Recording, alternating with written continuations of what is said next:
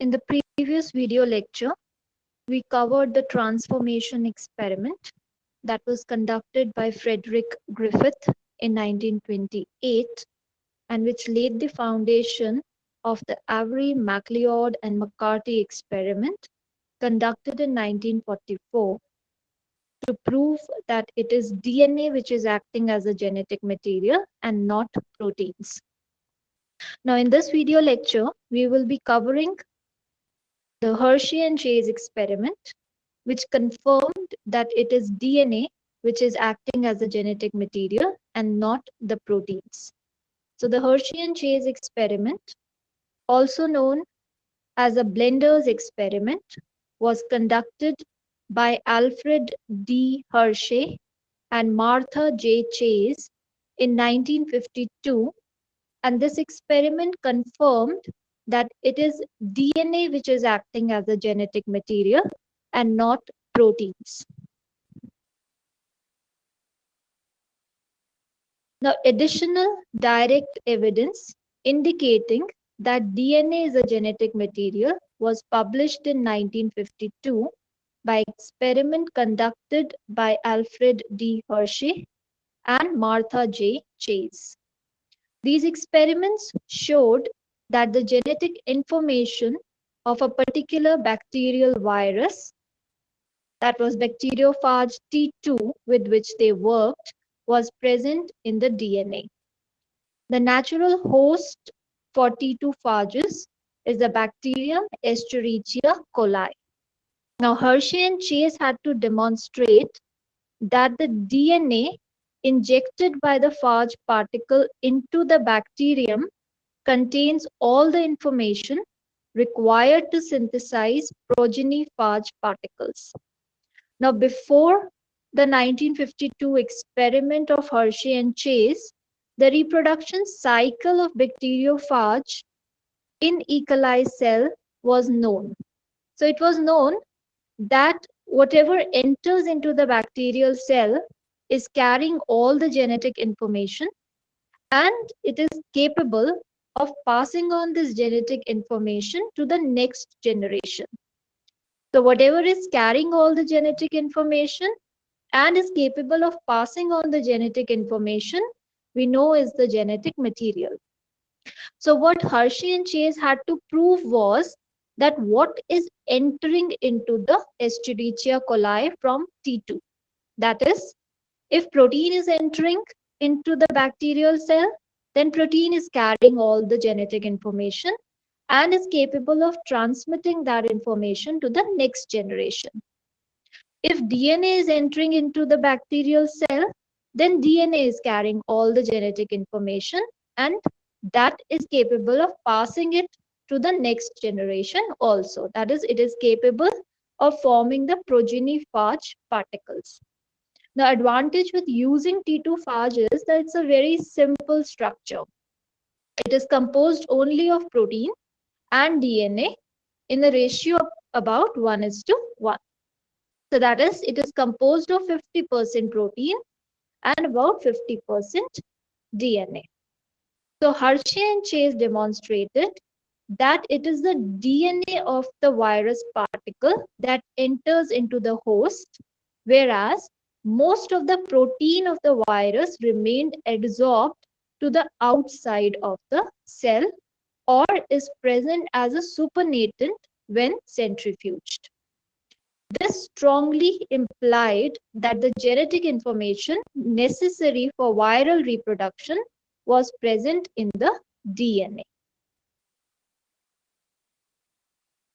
The basis of the Hershey-Chase experiment is that DNA contains phosphorus, but it has no sulfur, whereas proteins contain sulfur but has no phosphorus.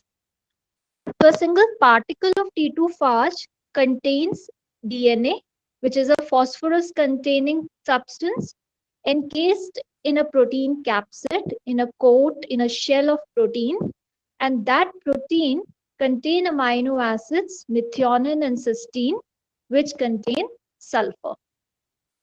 So they were able to specifically label the DNA of the phage as well as label the protein of the phage by setting up two experiments. Number one, by growing phages in a nutrient medium in which radioactive phosphate, that is, the radioactive isotope of phosphorus, P32, was present, and that was the only source of phosphorus. Therefore, phages containing radioactive DNA could be prepared. In the second set of experiment, medium contained radioactive sulfur, that was S35, in place of the normal isotope, that is S32. So phages containing radioactive proteins could be obtained. Now, in these two labeled phages, one labeled on the DNA and other labeled on the protein, was separately used to infect the host, that was E. coli. Phage DNA and the phage protein coat could always be located because of their radioactivity.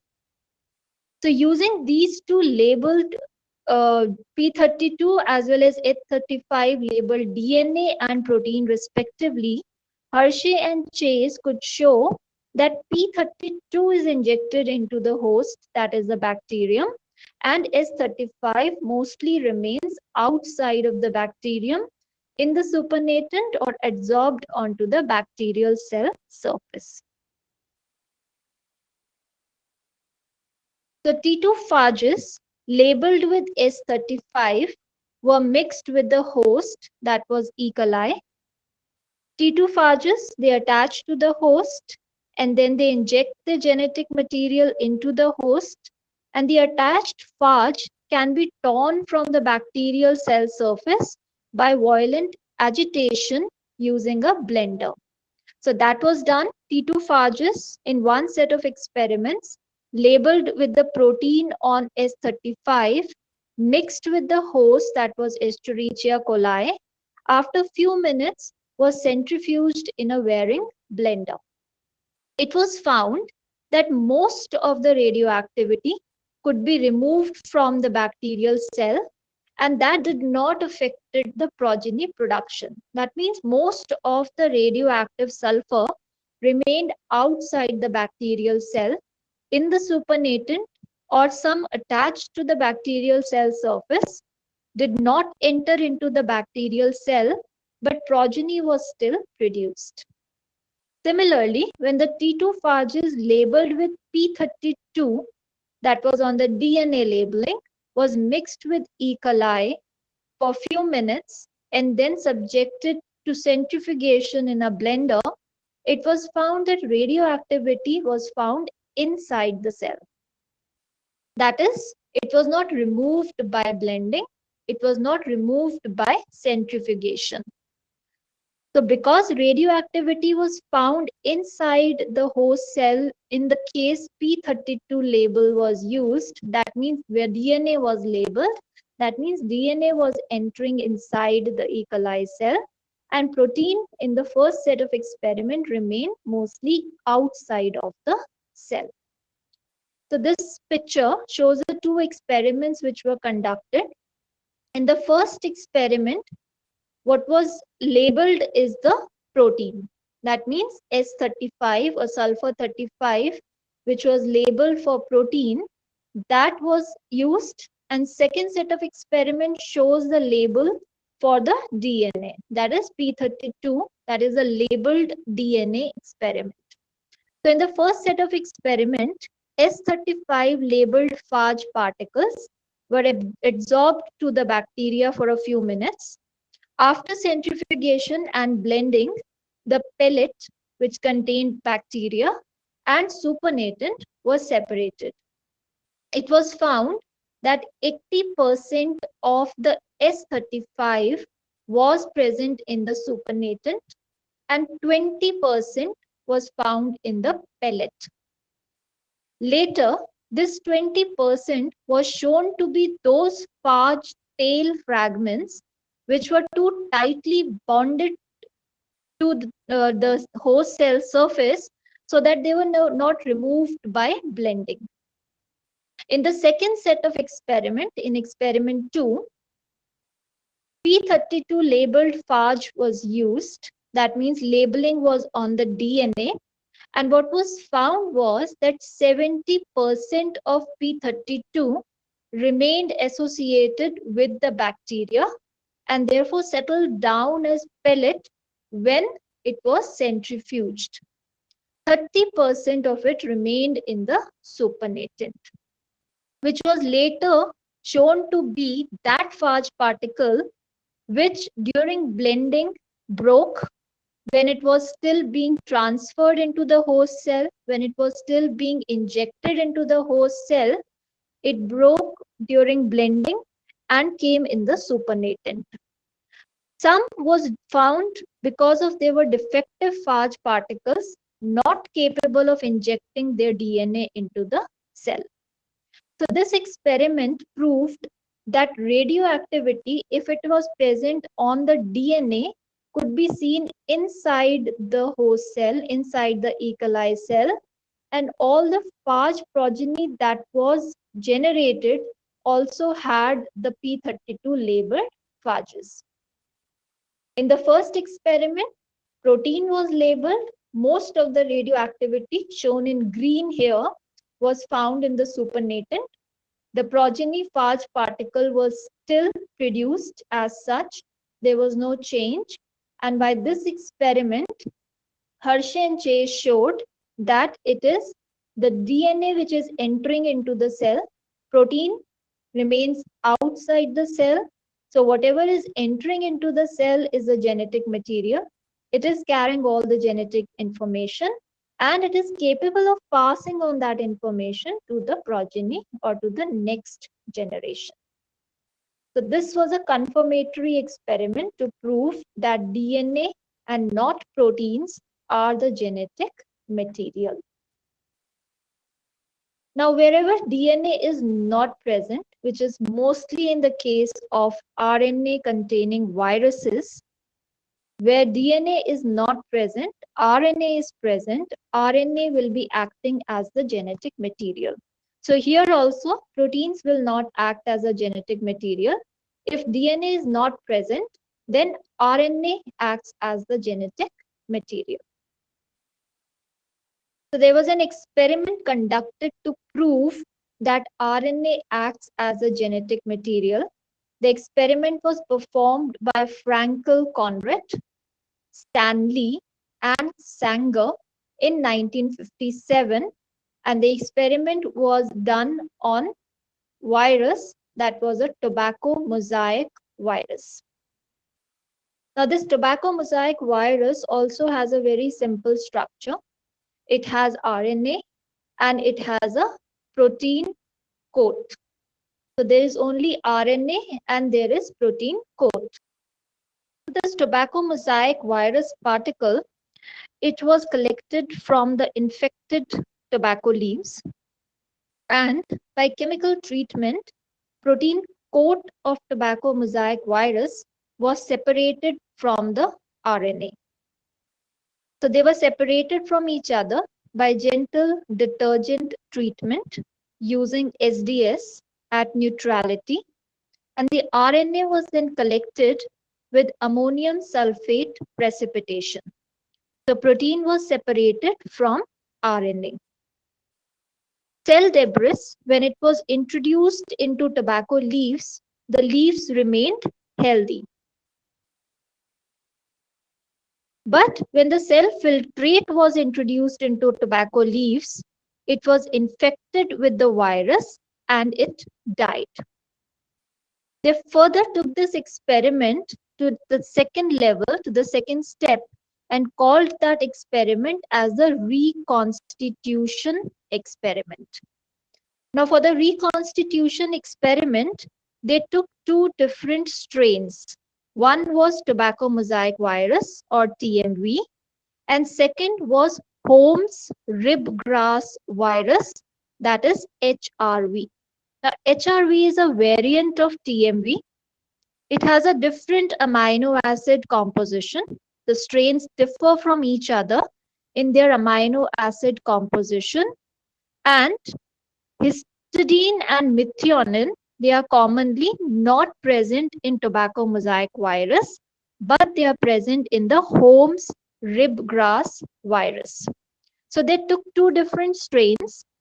One was TMV, the other was HRV, and from both the strains, they separated the RNA from the protein coat.